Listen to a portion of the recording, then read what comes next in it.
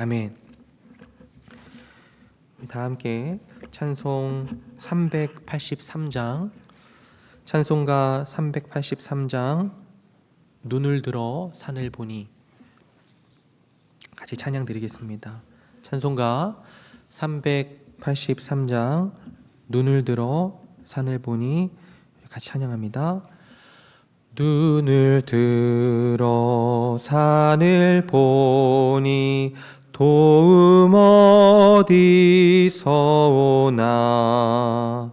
전지 지은 주 하나님 나를 도와주시네. 나의 발이 실족치 않게 주가 깨어 지키며 택한 백성 항상 지켜 길이 보호하시네. 도우시는 하나님이 내게 그늘 되시니. 낮의 해와 밤의 달이 너를 상치 않겠네. 내게 화를 주지 않고 오늘 보호하시며 너의 출입 지금부터 영영 인도하시리. 아멘. 오늘 아침에 같이 볼 하나님 말씀은 예레미야 2장 26절부터 37절까지 말씀입니다. 예레미야서 2장 26절부터 37절까지 말씀, 제가 가진 성경 1053페이지에 있습니다. 예레미야서 2장 26절부터 37절까지 말씀 제가 봉독하도록 하겠습니다. 도둑이 붙들리면 수치를 당함같이 이스라엘 집 곧 그들의 왕들과 지도자들과 제사장들과 선지자들이 수치를 당하였느니라. 그들이 나무를 향하여 너는 나의 아버지라 하며 돌을 향하여 너는 나를 낳았다 하고 그들의 등을 내게로 돌리고 그들의 얼굴은 내게로 향하지 아니하다가 그들이 환난을 당할 때에는 이르기를 일어나 우리를 구원하소서 하리라. 너를 위하여 네가 만든 내 신들이 어디 있느냐? 그들이 내가 환난을 당할 때에 구원할 수 있으면 일어날 것이니라. 유다여 너의 신들이 너의 성읍수와 같도다. 너희가 나에게 대항함은 어찌 됨이냐? 너희가 다 내게 잘못하였느니라. 여호와의 말씀이니라. 내가 너희 자녀들을 때리는 것이 무익함은 그들이 징계를 받아들이지 아니함이라. 너희 칼이 사나운 사자같이 너희 선지자들을 삼켰느니라. 너희 세대여 여호와의 말을 들어보라. 내가 이스라엘에게 광야가 되었었느냐? 캄캄한 땅이 되었었느냐? 무슨 이유로 내 백성이 말하기를 우리는 노였으니 다시 주께로 가지 아니하겠다 하느냐? 처녀가 어찌 그의 패물을 입겠느냐? 신부가 어찌 그의 예복을 입겠느냐? 오직 내 백성은 나를 잊었나니 그 날수는 셀 수 없거늘. 내가 어찌 사랑을 얻으려고 내 행위를 아름답게 꾸미느냐? 그러므로 내 행위를 악한 여자들에게까지 가르쳤으며 또 내 옷단에는 죄 없는 가난한 자를 죽인 피가 묻었나니 그들이 담구멍을 뚫었기 때문이 아니라 오직 이 모든 일 때문이니라. 그러나 너는 말하기를 나는 무죄하니 그의 진노가 참으로 내게서 떠났다 하거니와 보라 내 말이 나는 죄를 범하지 아니하였다 하였으므로 내가 너를 심판하리라. 네가 어찌하여 내 길을 바꾸어 부지런히 돌아다니느냐? 내가 아수르로 말미암아 수치를 당함같이 또한 애굽으로 말미암아 수치를 당할 것이라.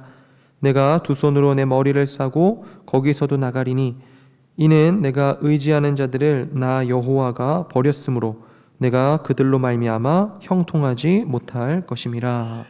아멘. 오늘 저희가 보는 이 본문 앞에서 이스라엘 백성들은 하나님을 반역하고 잊어버렸습니다. 그래서 본문 이 앞선 18절에 말하는 것처럼 애굽으로 달려가고 또 아수르로 달려가고 그러면서 도움을 구하다가 결국은 그들 때문에 망하게 되어버리고 말았는데, 그뿐만이 아니고 하나님 앞에서 그분과 맺었던 언약을 저버립니다. 이 결박과 멍에를 풀러버리겠다 그렇게 얘기하면서 마치 오늘 본문의 앞에 있는 24절의 표현대로 헐떡거리는 암나기처럼 자기 욕망을 쫓아갔습니다. 그리고 그 결과가 어떻게 되었다고 이야기하냐면 오늘 본문 26절에서부터 이렇게 이야기합니다. 도둑이 붙들리면 수치를 당함같이 이스라엘 집 곧 그들의 왕들과 지도자들과 제사장들과 선지자들이 수치를 당하였느니라. 이 도둑질하다가 붙잡히면 망신을 당하는 거죠. 수치를 느끼는 겁니다. 여기서 수치심이라는 건 내가 숨기고 싶은 나의 어떤 면들이 노출이 되었을 때 생기는 고통스러운 감정을 말하는 거죠. 그러니까 평소엔 아주 점잖은 척 했는데 알고 보니까 도둑이었던 거예요. 근데 여기 뭐라고 이야기하냐면 왕들과 지도자들, 제사장들, 선지자들이 수치를 당했다 이야기합니다. 그러니까 결국 그들이 도둑이었다는 거예요. 이 앞에 맥락에서 이야기하자면 사람들을 바른 길로 인도를 해야 하는 그들이 오히려 사람들을 바른 길이 아닌 억울한 길로 인도했다라고 하는 겁니다. 왕과 제사장과 선지자라는 사람들이 백성들이 아름답게 살아갈 수 있도록 돌봐줘야 되고, 때때로 어긋난 길로 가면 바로 잡아줘야 되고, 그리고 너무 지쳐있을 때는 일으켜 세워줘야 되고 격려해야 되는데, 그들은 자기 배와 자기 욕망만 채울 뿐 자신의 책임을 다하지 않았다라고 하는 겁니다. 그래서 예레미야서가 말하기를 은근히 그들이 도둑이다라고 이야기를 하고 있는 거예요. 사람들을 바로 이끌어야 하는 그들이 오히려 백성을 잘못된 길로 향하게 하고 있다라고 하는 것입니다. 결국 이것 때문에 어떤 일이 벌어지냐면 27절입니다. 그들이 나무를 향하여 너는 나의 아버지라 하며 돌을 향하여 너는 나를 낳았다 하고, 실제로 나무를 보고 나의 아버지, 또 돌을 보고 나의 어머니 그러진 않았을 겁니다. 그런데 마치 나무로 만든 우상이 또 돌로 만든 우상이 나의 생명을 보존해주고 또 나에게 복을 허락해 주는 것처럼 그렇게 여기면서 마치 어머니 아버지에게 매달리는 철부지들처럼 우상들에게 매달리고 있으니까 지금 빈정대는 말투로 이야기를 하는 겁니다. 그들의 등을 내게로 돌리고 그들의 얼굴은 내게로 향하지 아니하다가 그들이 환난을 당할 때에는 이르기를 일어나 우리를 구원하소서 하리라. 등을 돌렸다 이야기하죠. 이게 가장 슬픈 일들 중에 하나입니다. 창세기 3장에 보면요, 하나님이 인간에게 던진 첫 번째 질문이 등장합니다. 하나님이 아담에게 물으세요. 네가 어디 있느냐? 그런데 이 질문이 하나님께서 아담이 나무 뒤에 숨어 있는 걸 모르셔서 질문하셨던 걸까요? 아니죠. 하나님이 아담에게 기대하셨던 답이 지금 저의 위치가 좌표로 어디쯤입니다, 이런 답을 원하신 건 아닐 거예요. 네가 어디 있느냐라고 하는 그 말씀 속에 담긴 의미는 네가 있어야 할 곳에서 벗어났구나라고 하는 뜻이겠죠. 그렇다면 아담이 있어야 할 장소는 어디였을까요? 창세기 3장 8절에 보면 아담이 하나님의 낯을 피하여 동산 나무 사이에 숨었다 이렇게 기록합니다. 그러니까 아담이 있어야 할 장소는 하나님의 얼굴 앞이었다라고 하는 거예요. 하나님을 대면하는 겁니다. 그리고 이 누군가를 대면하여서 선다는 건 그 관계가 사랑의 관계다라고 하는 뜻이죠. 왜냐하면 싫어하는 사람은요, 바라보기가 어렵기 때문에 그렇습니다. 그래서 마주보고 서 있는 것은 사랑의 관계인데 그 관계에 문제가 생겼어요. 만약에 그러면 눈을 피하게 되고요, 얼굴도 피하게 되고 점점 더 그의 전체가 보기가 싫어질 것입니다. 결국은 등을 돌리게 되는 거죠. 죄가 그렇게 만들었던 겁니다. 하나님 앞에서 등을 돌렸습니다. 그들의 등을 내게로 돌리고 그들의 얼굴은 내게로 향하지 아니하였다. 이 구절은 이 타락한 존재의 모습을 그대로 보여주고 있는 것입니다. 우리들이요, 누군가와 관계가 어그러지면 마주보지 않게 됩니다. 눈과 눈을 마주볼 수가 없고 등을 돌리게 되죠. 그리고 이게 하나님과의 관계에도 똑같이 적용이 되는 겁니다. 하나님을요, 안 보려고 하는 거예요. 근데 생각해 보십시오. 우리들이 하나님께 등을 돌려서요, 어디로 갈 수 있겠습니까? 땅 끝에 가도요, 또 바다 끝에 가도 거기에도 주님이 계시는데 말이죠. 그럼에도 불구하고 그 주님께 등을 돌리고 있는 것이 인간의 모습인 것입니다. 그런데 그런 그가 위험에 처했을 때 뭐라고 이야기하는지 보십시오. 환난을 당할 때에는 이르기를 일어나 우리를 구원하소서 하리라 합니다. 주 안에 사랑하는 성도 여러분, 이것이 인간의 우매한 버릇 중에 하나입니다. 내 인생의 한복판, 생애의 한복판 속에서 하나님을 망각하는 거예요. 다 내 잘난 맛에 살다가 내 뜻이 이루어지는 것 같고 내가 능력이 좋아서 잘 되는 것 같고 그러다가 병이 찾아오거나 실패를 경험하게 되거나 뜻밖의 배신을 당하게 되면 벼랑 끝에 내몰린 것 같은 그때가 되어서야 천부여 의지없어서 손들고 나옵니다 하는 거죠. 여호와여 일어나소서 그렇게 말한단 말이죠. 여기에서 말하는 게 그런 겁니다. 그래서 이렇게 묻습니다. 28절에 너를 위하여 네가 만든 네 신들이 어디 있느냐? 그들이 네가 환난을 당할 때에 구원할 수 있으면 일어날 것이니라. 유다여 너의 신들이 너의 성읍수와 같도다. 여기 보시면 너라고 하는 대명사가 반복적으로 등장합니다. 너를 위하여 네가 만든 네 신들 이렇게 이야기해요. 이렇게 대명사를 반복하고 있는 이유는 그들의 죄를 강조하고 또 도드라지게 보여주고 있는 것입니다. 그러니까 너를 위하여 네가 만든 네 신들이 어디 있느냐 이렇게 이야기하므로 결국은 하나님을 등진 그 백성들이 어긋난 길로 간 것이 하나님 때문이 아니고 바로 그들의 욕망 때문이라는 사실을 보여주고 있는 것이에요. 29절에 너희가 나에게 대항함은 어찌 됨이냐 너희가 다 내게 잘못하였느니라 여호와의 말씀이니라. 그러니까 자신의 그릇된 선택으로 인해서 시련을 겪었는데 그 시련의 책임을 하나님께 돌리고 있는 모습입니다. 하나님 어떻게 이러실 수가 있습니까? 라고 대항한다는 것이에요. 30절 내가 너희 자녀들을 때린 것이 무익함은 그들이 징계를 받아들이지 아니함이라 너희 칼이 사나운 사자같이 너희 선지자들을 삼켰느니라. 주 안에 사랑하는 성도 여러분, 사람은요 누구나 넘어질 수 있습니다. 실수할 수도 있죠. 넘어지지 않는 완벽한 사람은 없습니다. 성경에 보면 아브라함도 잘못을 저질렀죠. 어려울 때 위기가 처하니까 아내를 누이라 얘기했습니다. 또 베드로도 주님을 몇 번씩이나 모른다고 했죠. 사람은 누구나 다 넘어집니다. 그런데 사람이 가장 온전할 때는 언제냐면 넘어지지 않을 때가 아니고 넘어진 다음에 일어나서 지향해야 할 곳을 바르게 할 때 그때 온전해지는 겁니다. 그러니까 때때로 우리가 잘못을 저질러서 하나님께 징계를 받으면 그때에 돌이켜서 징계를 통하여 더 나은 존재가 되면 아름다운 겁니다. 그런데 안타까운 건 내가 너희 자녀를 때렸는데 그게 무익했다 이야기를 하는 거죠. 왜냐하면 징계를 받아들이지를 않기 때문에 그런 겁니다. 이게 슬픈 거죠.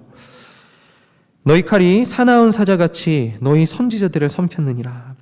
그러니까 하나님께서 선지자들을 통해서 그 백성들을 꾸짖으셨는데 그러면 자기들이 어떠한 죄를 저질렀는지를 참여하고 돌이키면 좋을 텐데 오히려 메신저인 선지자들을 막 대했다는 겁니다. 하나님이 예언자들을 보내신 이유가 그들을 괴롭히는 것이 목적이 아니고 그들이 바른 길로 돌아오도록 하기 위해서 하시는 것임에도 불구하고 도리어 하나님의 메신저인 예언자들을 칼로 찌르고 죽였다 말합니다. 징계를 받지 않는 거죠. 이것이 인간의 슬픔이고 우매한 버릇입니다. 31절에 이렇게 이야기합니다. 너희 세대여 여호와의 말을 들어보라. 내가 이스라엘에게 광야가 되었었느냐 캄캄한 땅이 되었었느냐 무슨 이유로 내 백성이 말하기를 우리는 노였으니 다시 죽게로 가지 아니하겠다 하느냐. 여기 세대를 세대를 향한 이 하나님의 질문이 등장을 합니다. 보라, 내가 이스라엘에게 광야가 되었었느냐, 캄캄한 밤이 되었었느냐, 무슨 이유로 다시 죽기로 가지 아니하겠다 하느냐 이야기하죠. 광야는 적막하고 고통스러운 삶을 가리킵니다.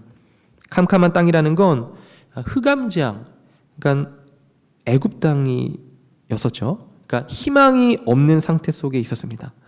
그런데 희망이 없는 땅, 절망의 땅, 거기에서 하나님이 그들을 젖과 꿀이 흐르는 새로운 땅으로 인도했는데 도리어 백성들이 말하는 겁니다.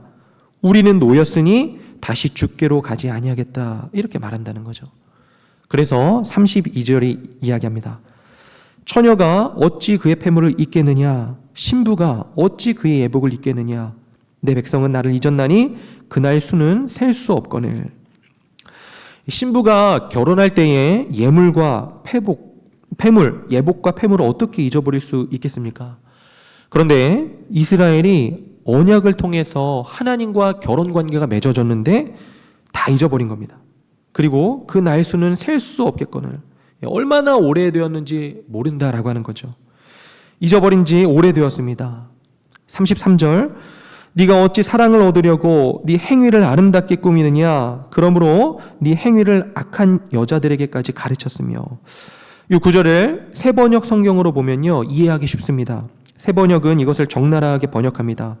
너는 연애할 남자를 호리는데 능숙하다. 경험 많은 창녀도 너에게 와서 한 수 더 배운다. 이것이 본문에 대한 적나라한 번역입니다. 그러니까 예레미야를 통해 지금 하나님이 느끼시는 그 마음이 얼마나 그렇다는지 느껴지는 거죠. 그래서 선지자가 이제 이야기합니다. 35절에 그러나 너는 말하기를 나는 무죄하니 그의 진노가 참으로 내게서 떠났다 하거니와 보라, 네 말이 나는 죄를 범하지 아니하였다 하였으므로. 이스라엘은 하나님께 등을 돌렸으면서도 자기가 죄가 없다 이야기를 하고 있고, 오늘 내가 누리고 있고 또 살고 있는 것은 나의 특권이다 그렇게 이야기하고, 내가 그만한 자격이 있으니까 누리는 것이다 그렇게 이야기하고 있는 것입니다. 하나님으로부터 멀어진 자들의 고백인 거죠. 하나님의 진노를 두려워하지 않는 것이고, 그렇기 때문에 하나님은 그들을 심판하실 수밖에 없습니다.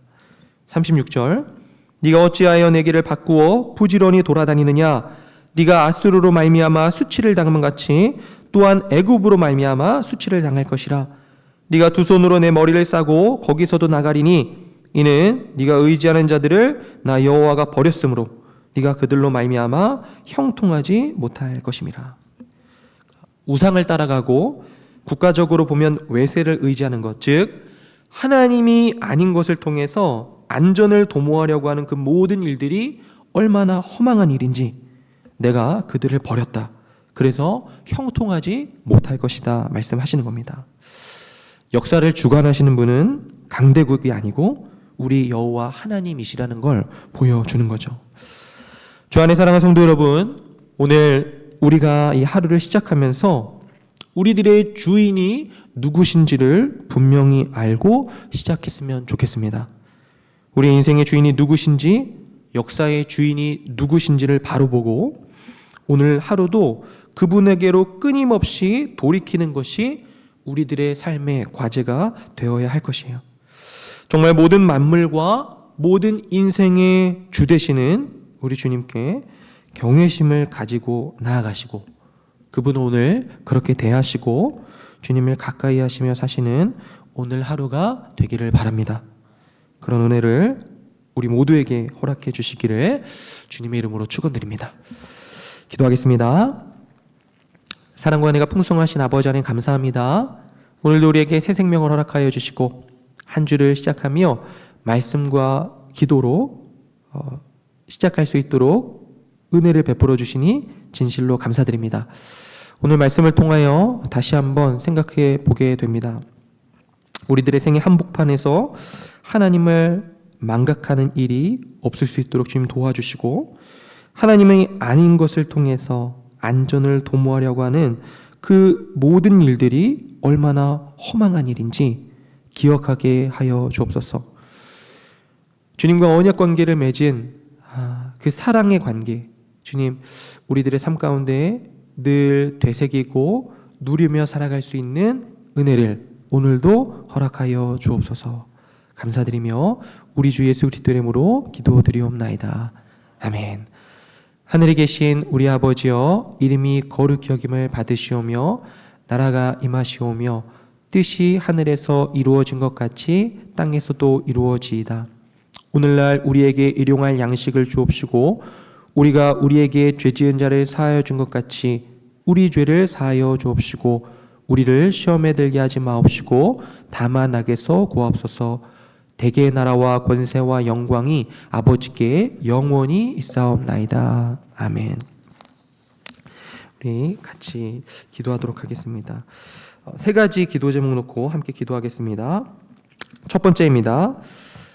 이스라엘 백성의 모습을 반면교사 삼아서 심판을 자초하는 죄악을 버릴 수 있도록 도와주옵소서. 두 번째입니다. 역사와 인생의 주인이신 주님을 신뢰하되 끝까지 신뢰하는 우리가 되게 하옵소서. 마지막입니다. 어려움 중에 있는 성도들을 기억하여 주시고 소망 중에 인내하게 하시고 치유와 회복과 구원을 허락하여 주옵소서. 우리 세 가지 기도 제목 놓고 함께 기도하시고 개인의 기도 제목으로 기도하시다가 자유롭게 돌아가시면 되겠습니다. 함께 기도하겠습니다. 사랑과 은혜가 풍성하신 아버지 하나님 감사합니다. 하나님, 오늘 이 아침도 말씀과 기도로 하루 시작할 수 있도록 은혜를 베풀으시니 감사합니다. 주님 말씀을 대할 수 있다는 것, 또 주 앞에 나와 기도할 수 있다는 것, 아니 그것이 하나님께 얼마나 감사한 기도의 제목인지 모르겠습니다. 우리들은 죄되어 또 연약하고